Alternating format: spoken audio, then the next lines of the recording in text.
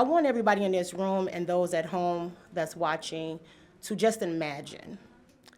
Imagine that one day you have to make one of the most hardest decisions of your life. And that is to decide whether or not if you're able to take care of your loved one, whether it's your mother, your father, your grandparents, or even your child. If you could take care of them at home, if you have to place them in a long-term care facility. And then you go looking around for the best options.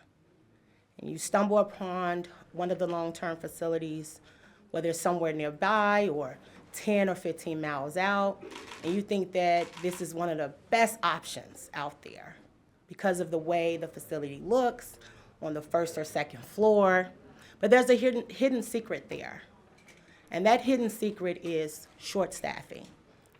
And a lot of times we don't realize the impact of short staffing, what that does to your mental, your physical, your emotional state, and what it does to your loved one who has to be in a facility where they should be cared for, loved, have dignity, be respected.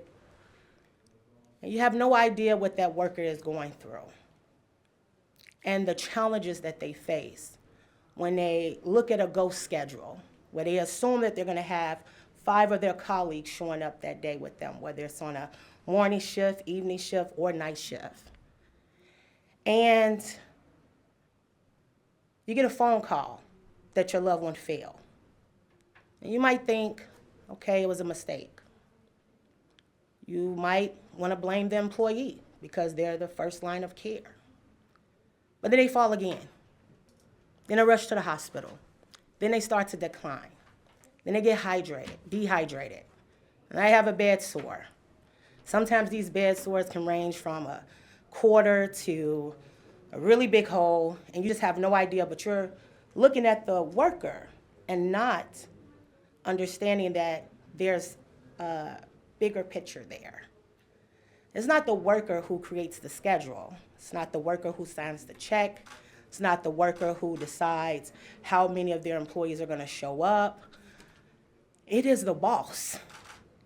It's the people who are operating the facility.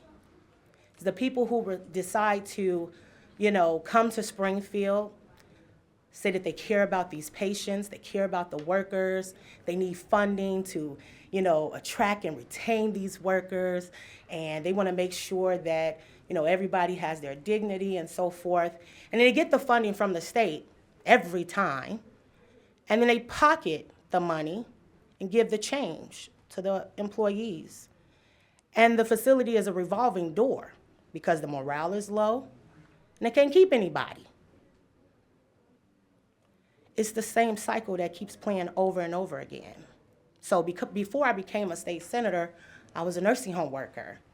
I noticed the issues when I first stepped into my nursing home, whether it be from the smell, whether it be from thinking that I had 4 or 5 other employees showing up with me, whether it was being left on my first night at work with just me, myself, and I, on the floor with 60+ residents on the night shift, literally a day or 2 after training, and I was dealing with Alzheimer's residents. And I was told to deal with it because if I left, I was going to lose my job. And I had a baby at home, I had high rent, I didn't have any extra help, so I had to stick it out. And then that night, a patient passed away. There was no assistance. It's just me and a nurse. A resident fell. Another resident ran out in the hallway. Had to try to catch that resident. And I knew immediately that there was some issues here. There was a lot of red flags, and that's not what I signed up for, because when you're going through training, they tell you you're going to have staff, you're going to have people with you to help you, right? My love for my patients, who I grew relationships with, made me want to fight even harder. The families that I grew relationships with, who didn't quite understand what was going on, I told my story because I felt that it was my moral duty to tell you what was going on with your loved one here.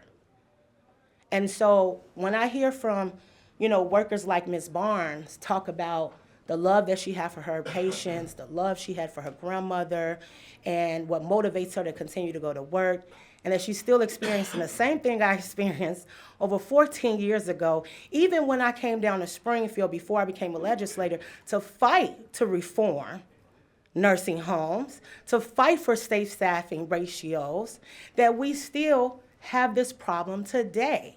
And what that tells me is that this industry will not change unless the state of Illinois stop them from doing this type of abuse to our loved ones. We have to do something. We have to hold them accountable. 14 years and we're just now coming out with, with these fines. Should have been done years ago. Our seniors can't wait. Our young babies who have to live in long-term care can't wait. They can't wait any longer. They're literally lobbying to stop us from holding them accountable. So they have money to union bust. They have money to say, no, we don't want to be held accountable. They have money to stop any type of lawsuits that happen on them. All the red flags are there, and yet folks continue to ignore the root causes to the injuries that continue to happen in nursing homes, the over workers' compensation that happens from the wear and tear. Sometimes the machines don't even work, so they got to do 2 men live for 3, depending on the size of the patient. I mean, sometimes you got to just put yourself in these folks' shoes. So then I ask you to put yourself in the patient's shoes. Imagine one day you wake up, you can't button up your shirt. You can't tie up your shoe. You can't feed yourself. Think about how you would feel in that moment, what it does to you mentally, to go one day from being super independent to now having to depend on someone else to help you, when you never had to depend on anybody else before. And then you go into a facility and you already have trust issues, only to find out that the only time you might get clean sheets for the bed, or you might get your food on time because dietary is working short too. Might get the floor clean because housekeeping's working short too. And you're getting treated like crap because there's not enough staff. But then again, you have these workers who put everything on the line. They're putting their lives at risk every single day. You have workers who go to work with carpetona because they've been folding clothes for 30 years. Because they don't make enough money to go and further their education to get something better, because they're stuck in this cycle of low wages. They're stuck in this cycle of poverty, so they can't excel. And you have some that just love the job so much that they want to stay there because this is their home. These are their people, right? But they're stuck there with nothing else. And then when they come down here to their legislators who are elected to represent them, and they're asking them, hey, stand up for us, because you could be there too. We might have to take care of you one day.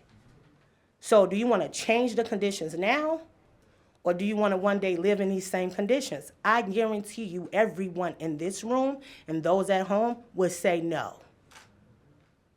So we have to hold this industry accountable.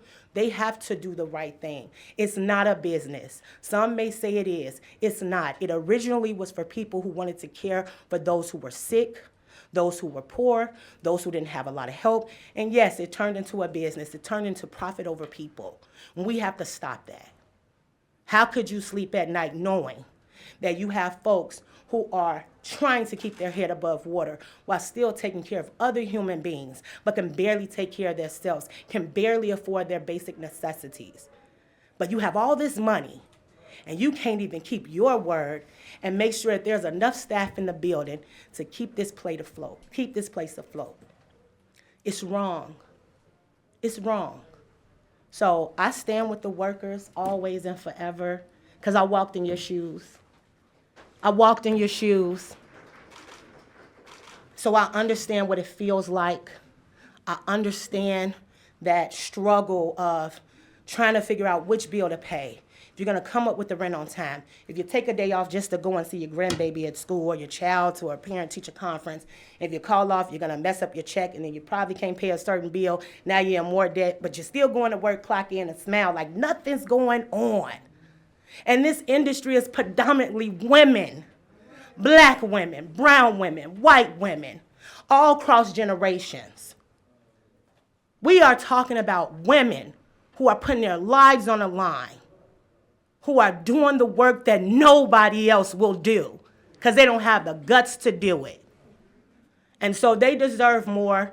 Our loved ones deserve more. And I know one day, if I ever have to go to a long-term care facility, I would want to make sure that the people who are working for me, that they have enough peace to come in and do the work that they have given and committed themselves to do, to make sure that I can die with dignity.